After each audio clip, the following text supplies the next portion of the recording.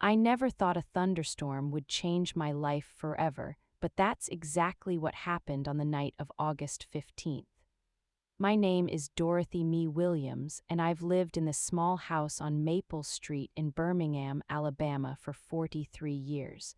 The paint's been peeling for the better part of a decade, the porch sags a little on the left side, and the screen door hasn't closed properly since before my husband Samuel passed. But it's mine, paid off with hard work and sacrifice, and I've never been ashamed of it until that night made me question everything I thought I knew about myself and this community. The storm rolled in just after 6 in the evening, which was unusual for August. We usually get our thunderstorms in the late afternoon, quick and violent, then they pass and leave everything steaming in the Alabama heat. But this one was different. The sky turned a shade of green I'd never seen before, like old bruises, and the wind started picking up in a way that made the shutters rattle against the house. I was in the kitchen making my usual Tuesday dinner, just some fried chicken and collard greens, nothing fancy, when the first crack of thunder shook the windows so hard I thought they might shatter. I'm 72 years old and I've seen my share of storms. Hurricane season doesn't scare me the way it used to when I was young and had babies to protect. My 3 children are all grown now, scattered across the country with their own families, their own lives. Michael's in Seattle doing something with computers I don't fully understand. Patricia's in Houston, married to a lawyer, living in a house so big she says she gets lost in it sometimes. And my youngest, Jerome, he's in Atlanta, teaching high school history. They call when they can, visit on holidays sometimes, and I love them fiercely, but the truth is I spend most of my days alone in this house, watching game shows and watering the tomato plants in my backyard garden. The rain started coming down in sheets, so thick I couldn't see the Johnsons' house across the street, and that's when I heard the first knock on my door. It was tentative, almost apologetic, barely audible over the roar of the storm. I wiped my hands on my apron and made my way to the front door, my knees complaining with every step like they always do when the weather changes. When I opened that door, I found a young white woman standing on my porch, soaking wet, her blonde hair plastered to her face, holding a little girl who couldn't have been more than 4 years old. The child was crying, her face buried in her mother's shoulder, and behind them I could see their car, a nice silver SUV, stopped in the middle of the street with its hazard lights blinking uselessly in the downpour. "I'm so sorry to bother you," the woman said, her voice shaking. "Our car died and my phone is dead and the tornado sirens just went off and I saw your porch light and I didn't know what else to do. I didn't even hesitate." "Get in here right now," I said, stepping aside and ushering them in. The little girl was shivering despite the heat, and I could see the terror in both their eyes. That's when I heard the second knock and then a third. Before I knew it, my little living room was filling up with people, all of them seeking shelter from what the emergency broadcast on my radio was now calling a confirmed tornado on the ground headed straight for our neighborhood. There was an elderly couple, the Mitchells from 2 streets over, who I recognized from the grocery store. There was a young black man in a business suit, his tie askew, saying his apartment building had lost power and started flooding. There was a Hispanic family, parents with twin boys who looked about 7, all of them speaking rapid Spanish that I couldn't understand but whose fear I recognized in every syllable. And then there was the last knock, and I opened the door to find a teenage girl, maybe 16, her dark skin glistening with rain, her eyes wide with panic. "Please," she said, "please, I was walking home from work and I can't make it and I'm so scared." "Come in, baby," I said, pulling her inside just as a piece of debris flew past my porch, carried by wind that sounded like a freight train. In total, there were 9 of them. 9 strangers, all different ages, different races, different backgrounds, all crammed into my small living room while the storm of the century raged outside. The tornado sirens were wailing, my radio was broadcasting urgent warnings to take shelter immediately, and I looked around at all these frightened faces and realized that my little house, my humble home that I'd sometimes felt embarrassed about, was all that stood between these people and whatever was coming. "Everybody downstairs," I said, trying to sound calmer than I felt. "I've got a basement. It's not fancy, but it's below ground and that's where we need to be." I led them down the narrow wooden stairs to my basement, which I'd always thought of as just a storage space for old Christmas decorations and boxes of memories I couldn't quite throw away. There was an old couch down there, worn and stained, and a few folding chairs that I brought out when my church group used to meet at my house, back before my arthritis made hosting too difficult.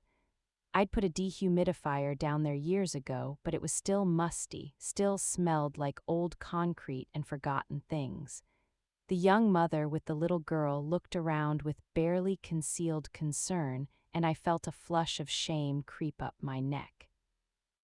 I saw them all taking in the water-stained walls, the bare bulb hanging from the ceiling, the stack of old boxes in the corner that I'd been meaning to sort through for years. This wasn't the kind of basement you saw on those home improvement shows my daughter Patricia was always talking about. This wasn't finished with carpet and nice lighting. This was just a hole in the ground, really dark and damp and probably full of spiders. "I know it's not much," I started to say, but the sound of what I can only describe as a monster roaring overhead cut me off. The whole house shook, dust rained down from the ceiling joists, the little girl screamed, and instinctively I reached for her, taking her from her mother's arms and holding her close. "It's okay, baby," I whispered, even though I wasn't sure it was. "It's okay, Miss Dorothy's got you." We huddled together in that basement for what felt like hours but was probably only 20 minutes. The noise was ungodly, like the world was being torn apart above us. I could hear things crashing and banging, glass breaking, wood splintering. The teenage girl was crying silently, tears streaming down her face. The elderly Mrs. Mitchell was praying in a whisper, her husband's arm around her shoulders. The Hispanic mother had gathered her twin boys close, murmuring to them in Spanish. The young businessman had his eyes closed, his lips moving in what might have been prayer or might have been counting, some way to cope with the terror. And the young white mother, the one who'd knocked first, she was looking at me with something in her eyes that I couldn't quite read. Gratitude, certainly, but also something else. Something that made me uncomfortable in a way I couldn't name. When the noise finally stopped and the only sound was the steady drum of rain, we all just sat there in stunned silence for a long moment. Nobody wanted to be the first to move, as if moving would make it real, would force us to confront whatever destruction waited above. "I think it's past," the young businessman finally said, his voice hoarse. I handed the little girl back to her mother and slowly, painfully, got to my feet. My knees were screaming at me, but I made my way up those basement stairs, not knowing what I'd find. The others followed behind me, a silent parade of survivors. The house was still standing, which was the first miracle, but when I looked out my front window, my heart sank. The Johnsons' house across the street was simply gone, reduced to a pile of rubble. Trees were down everywhere, cars were overturned, power lines dangled and sparked in the rain. The silver SUV that had brought the young mother here was on its side in my front yard, wrapped around what used to be my oak tree. "Oh my God," someone whispered behind me. "We spent that night in my house, all 10 of us. The power was out, the phone lines were down, and the roads were impassable. I lit candles and pulled out every blanket I owned. I made sandwiches with the bread and lunch meat I had in my refrigerator, knowing it would spoil without power anyway." The Hispanic mother helped me, even though we couldn't speak each other's language, working together in my small kitchen in a kind of silent understanding. I gave the young mother and her daughter my bed. I insisted, even though she protested. The elderly couple took the couch. The rest of us made pallets on the floor with whatever cushions and blankets we could find.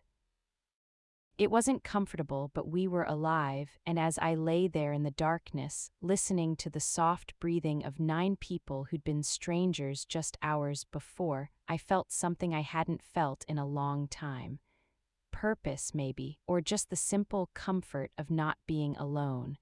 Morning came slowly, gray light filtering through windows clouded with debris.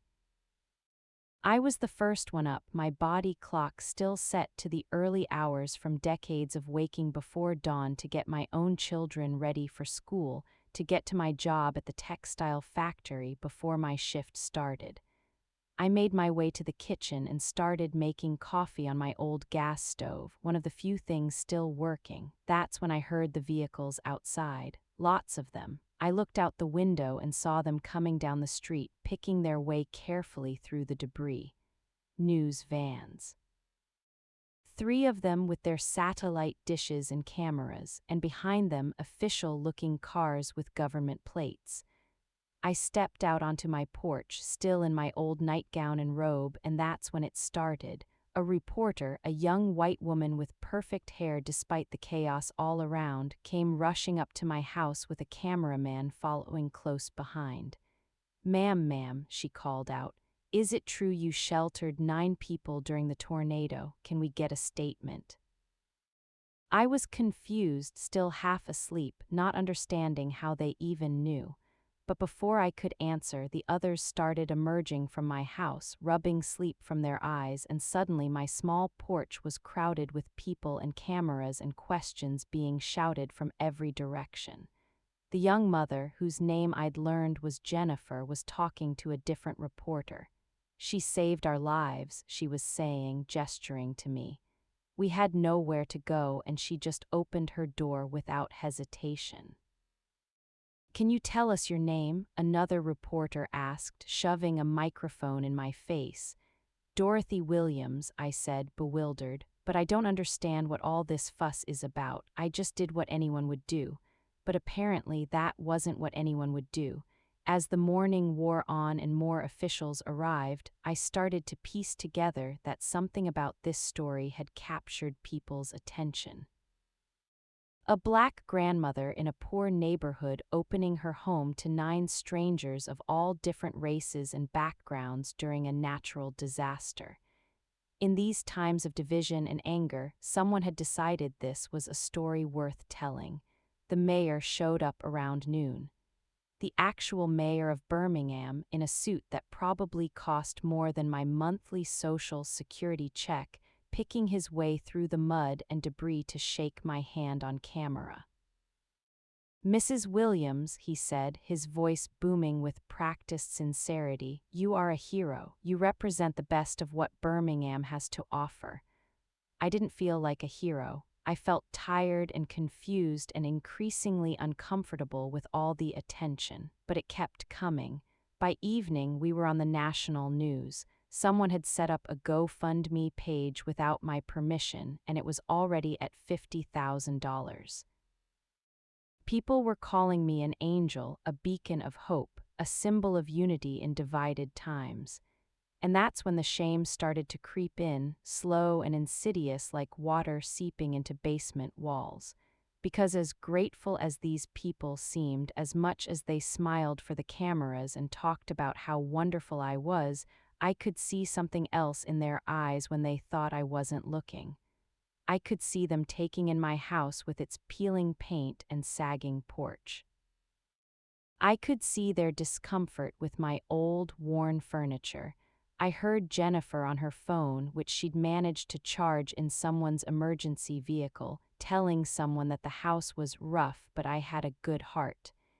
The way she said it, like those two things were mutually exclusive, like you could either have nice things or be a good person, but not both, like my goodness was somehow validated by my poverty.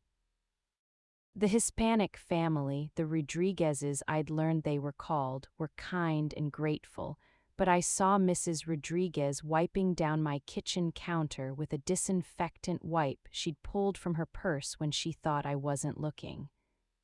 The young businessman, Marcus, had complimented my authentic decor, and something about the way he said authentic made my skin crawl.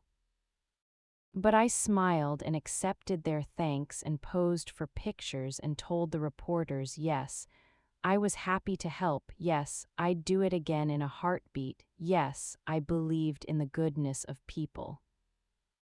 I said all the right things while feeling increasingly like a performing monkey, dancing for an audience that found me charming precisely because I was poor and black and old, fitting perfectly into their narrative of the noble savage, the magical Negro who exists only to teach white people important lessons about humanity. The GoFundMe kept growing. 75,000, 100,000. People from all over the country were donating, leaving comments about how inspiring I was, how we needed more people like me in the world. A publisher reached out about a book deal. A talk show wanted me to fly to New York. The local news wanted to do a follow-up piece about how I was using all this money to help others, because of course that's what they assumed I'd do with it, and I started to feel angry. Really deeply angry in a way I hadn't felt since Samuel died and my children moved away, and I realized I was going to spend the rest of my life alone in this house that everyone now seemed to find so quaint and humble and representative of simple values. Because here's the truth nobody wanted to hear. I didn't want to be humble anymore. I didn't want to be a symbol. I'd spent my entire life being humble, being grateful for scraps, being the strong black woman who could endure anything, who would give the shirt off her back even when she only had 2 shirts to her name. I'd worked in that textile factory for 30 years, breathing in lint and chemicals, ruining my lungs and my hands for wages that barely paid the bills. I'd raised 3 children mostly on my own after Samuel's heart attack, working double shifts and missing their school plays and birthday parties. I'd smiled through indignities and casual racism and the kind of grinding poverty that wears you down like water on stone. And now here were all these people celebrating me for doing it all over again, celebrating me for opening my shabby house to strangers, making me into a feel-good story they could share on social media to prove they weren't racist. They appreciated good people of all colors. Look at this wonderful black grandmother who reminds us that poverty doesn't mean you can't be rich in spirit. I wanted to scream. I wanted to take all that GoFundMe money and buy myself a brand new house in a nice neighborhood and fill it with expensive furniture and never let another stranger through my door. I wanted to be selfish and bitter and angry without being made to feel like I was betraying my race or my values or the expectations of everyone who decided who I was supposed to be. But I didn't do any of that. I just kept smiling and accepting donations and thanking people for their kindness, even as resentment built up inside me like pressure in a boiler. A week after the storm, they organized a community celebration at the local church. They wanted to honor all of us, the 9 survivors and me, for exemplifying the spirit of community in times of crisis. I wore my best dress, the navy blue one I usually saved for funerals, and let my daughter Patricia do my makeup over video call, her patient voice walking me through contouring and highlighting like I was one of those women who actually cared about such things. The church was packed. It seemed like the whole city had turned out. There were signs and banners, photographers everywhere, local politicians giving speeches about resilience and hope. One by one, each of the 9 people I'd sheltered was called up to say a few words. Jennifer went first, her little daughter on her hip. She talked about fear and kindness and how you never know where angels might be found. She presented me with a framed photo of the two of them, professional quality, both of them cleaned up and smiling, the inscription reading, "To our guardian angel Dorothy." The Rodriguezes had brought their priest, who said a blessing in Spanish while Mrs. Rodriguez cried and held my hands. Marcus, the businessman, announced that his company was donating $20,000 to local disaster relief in my name. The Mitchell couple talked about faith and providence. The teenage girl, whose name was Shanice, read a poem she'd written about the storm and finding shelter in unexpected places. Everyone cried, everyone applauded. Everyone told me how special I was, how blessed they were to have found me, and I felt nothing. No, that's not true. I felt hollow. I felt like a fraud. Because the secret I couldn't tell anyone was that I hadn't opened my door out of pure altruism or Christian charity or any of the noble motivations they were ascribing to me. I'd opened my door because I was lonely and scared, and the thought of dying alone in that storm had terrified me more than the thought of letting strangers into my house. I'd wanted the company, I'd wanted to feel needed, I'd wanted, for just a few hours, to matter to someone again. After all the speeches, after all the tears and hugs and promises to stay in touch, I went home to my empty house. The GoFundMe was now at $230,000. My phone kept buzzing with messages from news outlets and charitable organizations and people who wanted me to speak at their events or endorse their products or be the face of their campaigns. I sat in my worn chair, the one Samuel used to sit in while watching baseball, and I cried. Really cried, the kind of crying that comes from somewhere deep and painful, the kind that leaves you gasping and exhausted. Because I realized that even my moment of connection with those 9 people had been taken from me and turned into something else. Turned into a story that made other people feel good about themselves. Nobody asked if I was okay. Nobody asked if I needed anything beyond the money they were throwing at me. Nobody seemed to understand that you can't donate away loneliness, can't GoFundMe your way to genuine human connection. That night I decided I was going to take the money and leave. Move away from Birmingham, away from all these people who thought they knew who I was, what I represented. I'd buy a condo somewhere, maybe near Patricia in Houston, somewhere clean and new where nobody knew my story. I'd be selfish for once in my life. I'd earned it. I was researching real estate prices on my old laptop when I heard the knock on my door. It was late after 10 and my first thought was fear. The neighborhood still wasn't safe, with so many houses destroyed and so much chaos still being sorted out. But something made me go to the door anyway, and when I looked through the peephole, I saw Shanice, the teenage girl from the storm. She was crying, standing on my porch in the darkness, and immediately my anger and resentment were forgotten. I opened the door and pulled her inside. "Baby, what's wrong?" I asked. She collapsed into my arms, sobbing so hard she couldn't speak for several minutes. I just held her the way I used to hold my own children when they came home heartbroken or scared and waited for the storm to pass. Finally, she pulled back and wiped her eyes. "I'm sorry," she said. "I didn't know where else to go." "What happened?" She took a shuddering breath. "My mom kicked me out. She saw me on TV, saw me at that church thing today, and when I got home she was waiting with all my stuff in trash bags.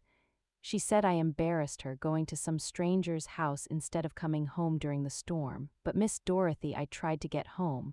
I tried so hard, but the storm was so bad and I was so scared, and your house was right there with the light on and SHH, I soothed.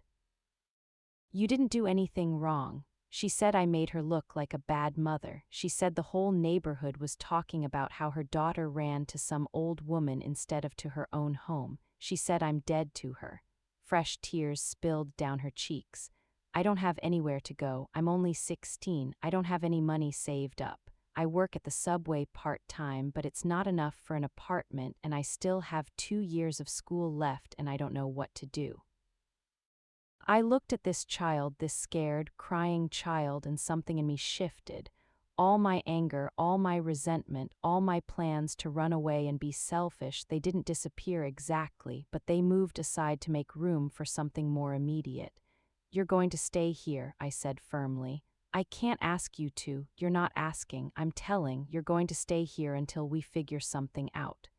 She stayed that night and the next and the one after that. I called social services and a lawyer I found through my church. With the money from the GoFundMe, I could afford to get proper legal help. We worked on getting her emancipated from her mother, getting her enrolled in school, making sure she had what she needed, and something strange started happening. Other people started showing up at my door, not reporters or politicians or people who wanted something from me, real people with real problems. Mrs. Rodriguez came by one afternoon, hesitant and apologetic, and through a combination of broken English and hand gestures, explained that her husband had been injured in the tornado cleanup and they were struggling with medical bills. She wasn't asking for money, she said. She just wanted advice, wanted to know how to navigate the system, how to find help. I invited her in and made coffee, and we figured it out together. Marcus, the businessman, came by on a Saturday morning and asked if I needed help with anything around the house. His own apartment had been repaired and he was back at work, but he said he couldn't stop thinking about that night in my basement, couldn't shake the feeling that he needed to do something more than just write a check. So he started coming by every weekend, fixing the things that had needed fixing for years. The screen door, the sagging porch, the leaky faucet in the bathroom. Jennifer brought her daughter by for visits, not for publicity or photos, but because her daughter had nightmares about the storm, and the only thing that calmed her was seeing that Miss Dorothy was okay, that the house was still standing. Slowly, without planning it, my home became a hub. A place where the people from that night could come back to, could reconnect, could remember that they'd survived something together. And then their friends started coming, and their neighbors, and people I didn't know at all but who'd heard about the old lady on Maple Street who helped people. I started a weekly dinner. Just a simple thing every Wednesday night, anyone who needed a meal or company or just a reminder that they weren't alone was welcome. I used some of the GoFundMe money to buy food, but people started bringing dishes too, contributing what they could. The Rodriguezes brought homemade tamales. Marcus brought wine and fancy cheeses. The Mitchell couple brought their famous peach cobbler. My house was full again, but in a different way than that night during the storm. It was full of life and noise and laughter. Full of people who weren't there because they had nowhere else to go, but because they wanted to be there. Because somehow this shabby house with its peeling paint had become home to something bigger than me. And I was still lonely sometimes, still resentful of the narrative that had been built around me, still angry at a society that found poor black women noble only when they were suffering and serving. But those feelings had space to exist alongside other things now. Pride, purpose, connection. Shanice graduated high school that spring 2 years later and went to college on a full scholarship. She came back every holiday, every summer, calling my house home in a way that made my heart swell. The Wednesday dinners had grown so large we had to move them outside in good weather, setting up tables in my yard where my oak tree used to be, where Jennifer's SUV had crashed that night. On the second anniversary of the storm, they threw another ceremony, but this one was different. This one was organized by the community itself, not the politicians or the news stations. They'd all pitched in to do something I hadn't known about, hadn't been consulted on. When they brought me to my house that day, I didn't recognize it at first. The exterior had been repainted, a cheerful yellow that reminded me of sunshine. The porch had been rebuilt, level and strong. New shutters framed windows that actually opened properly. The yard had been landscaped with flowers and a new tree planted where the old oak had stood. We took a vote, Marcus said, grinning. The GoFundMe money was yours to do with as you pleased, but we all agreed we wanted to contribute something too. We wanted to give back to the place that saved us. I walked through the house in a daze. The basement had been finished, turned into a proper community space with new flooring and lighting and comfortable furniture. The kitchen had been updated. The bathroom had a new tub with bars for safety, acknowledging my age without making me feel ancient. My bedroom had been repainted in a soft blue I'd mentioned once months ago that I'd always found calming. There's one more thing, Jennifer said, leading me to what used to be my spare room, the one I'd used for storage after my children moved out. She opened the door and I gasped. It had been turned into a library, floor-to-ceiling shelves filled with books. There was a comfortable reading chair by the window, a lamp, a small table. A plaque on the wall read, "Dorothy's Reading Room, a space for learning and growth." "We know you like to read," Shanice said quietly. "You told me once you never had much time for it when you were working, when you were raising your kids. We thought maybe now you should." I stood there, surrounded by all these people who'd started as strangers, who'd huddled with me in my basement while the world fell apart above us, who'd somehow become family in the aftermath. And I realized that the story everyone had told about that night was wrong, but so was the story I'd been telling myself. It wasn't about a noble black grandmother sacrificing for others, but it also wasn't about a lonely old woman letting people in out of selfishness. The truth was more complicated, more human than either of those narratives. The truth was that we'd all saved each other that night, and we'd kept saving each other day after day in small ways and large in the months and years that followed. "There's something I need to say," I told them all, my voice shaking slightly. "When all this first happened, when you all started calling me a hero, I resented it. I felt like you were putting me in a box, making me into a symbol instead of a person. I felt like being poor and black and helpful was the only thing you could see about me." Some of them looked uncomfortable, but they didn't interrupt. And maybe that was true at first for some of you, for the reporters and the politicians. Maybe I was just a good story to them. But what I've learned is that you all saw past that. You saw me, the real me with all my flaws and anger and loneliness, and you loved me anyway.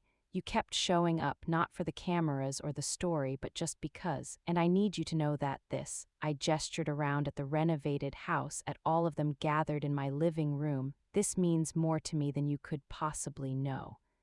Mrs. Rodriguez, who'd been taking English classes and could communicate better now, spoke up. "You gave us shelter when we had nowhere else to go. We give you shelter now from loneliness, from being forgot. We give each other shelter. That is family." And she was right. That's exactly what it was. The Wednesday dinners continued. My house, this shabby little place I'd once been embarrassed about, became known throughout the neighborhood as a safe haven, a place where anyone could come and find acceptance and community. The library room became a tutoring space where high school kids helped elementary kids with homework. The renovated basement hosted support group meetings for tornado survivors, for people struggling with addiction, for single mothers who needed a night off. I used the remaining GoFundMe money to start a small nonprofit, with Shanice and Marcus and Jennifer all on the board. We called it Shelter, and our mission was simple: to create spaces where people could weather any storm, literal or metaphorical, together. My children came to visit more often, brought their own children, my grandchildren who I barely knew. They saw their mother not as the tired, lonely woman I'd been before the storm, but as someone vibrant and needed and surrounded by love. Patricia cried when she saw the house, told me she'd been worried about me for years, living alone, seeming so disconnected from life. "But Mom," she said, "you found yourself again, or maybe you found a new version of yourself. Either way, I'm so proud of you." On the 5-year anniversary of the storm, a researcher from the University of Alabama came to interview me for a book she was writing about community resilience. She asked me what I thought was the most important lesson from that night. I thought about it for a long time before answering. I think, I finally said, the lesson is that there are no simple stories. Everyone wanted to make that night into something clean and easy to understand. The generous Black woman, the grateful survivors, the power of kindness in dark times. But the real story is messier than that. It's about broken people finding each other in a moment of crisis and choosing, day after day, to keep finding each other even when the crisis passed. It's about being seen fully with all your ugliness and beauty and being loved anyway. That's harder to put on the news. That doesn't fit in a tweet, but it's the truth. She wrote down every word, and when her book came out 2 years later, she dedicated it to me, not to the hero I was supposed to be, but to the complicated, difficult, beautiful reality of who I actually was. I'm 82 now, still living in this house on Maple Street. The paint needs touching up again, and the porch creaks sometimes despite the repairs. Shanice is a social worker now, running her own program for at-risk teens. She comes by every Sunday for dinner, usually bringing a new kid who needs to see what a real home looks like. Marcus got married and moved to Atlanta, but he still video calls me every week. Jennifer's daughter is in middle school now, volunteering at the local food bank, saying she wants to help people the way Miss Dorothy helped her family. The Wednesday dinners have gotten smaller over the years as people have moved or passed on or gotten busy with their lives. But there's always someone at my table, always someone who needs a place to belong. Last month, during another storm, not as bad as the one 10 years ago, but still frightening, there was a knock on my door. A young immigrant family, parents with a baby, their eyes wide with fear, asking if they could please wait out the storm inside. I didn't hesitate. "Of course," I said, stepping aside. "Come in, you're safe here, you're home."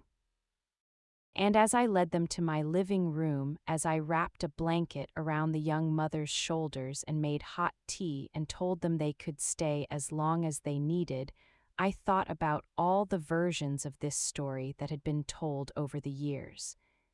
The inspiring one, the painful one, the complicated truth that lived somewhere in between. But this version, the one I'm living right now, where my house is a beacon in the storm for anyone who needs it, where I've built a family from strangers and found purpose in service without losing myself in the process, this version feels the most true. The tornado took so much from this neighborhood 10 years ago. Houses, lives, a sense of safety. But it gave us something too. It gave us each other. And that's worth more than any GoFundMe campaign or news story or political speech could ever capture. So if you're watching this, if you're listening to this old woman's story and wondering what it all means, let me tell you. It means that shelter isn't just about walls and a roof. It's about people who see you when you feel invisible, who stand with you when you feel alone, who choose love even when fear would be easier. It means that every one of us has the power to open our doors, literally and metaphorically, to let someone in from the storm. And it means that sometimes the person you're saving is yourself. My name is Dorothy Williams. I live in Birmingham, Alabama, and I'm not a hero or an angel or a symbol. I'm just a woman who opened her door one night during a storm and discovered that the real shelter I'd been seeking all along wasn't in bricks and mortar, but in the connections we build with each other when we're brave enough to be vulnerable, human, and real. If this story touched you in any way, if you've ever felt alone or unseen or wondered if your life mattered, I want you to do something for me. Subscribe to this channel and leave a comment below telling me your name and where you're watching from, because I want to know you exist. I want you to know that I see you, that your story matters too, that somewhere out there there's a porch light on, waiting for you to find your way home. And if you're going through your own storm right now, whatever form it takes, I want you to remember this. You don't have to weather it alone. There are people out there who will shelter you if you let them. There are doors that will open if you're brave enough to knock. You just have to reach out your hand and try. God bless you all. And remember, we're all just looking for shelter from one storm or another. The miracle is when we find it in each other.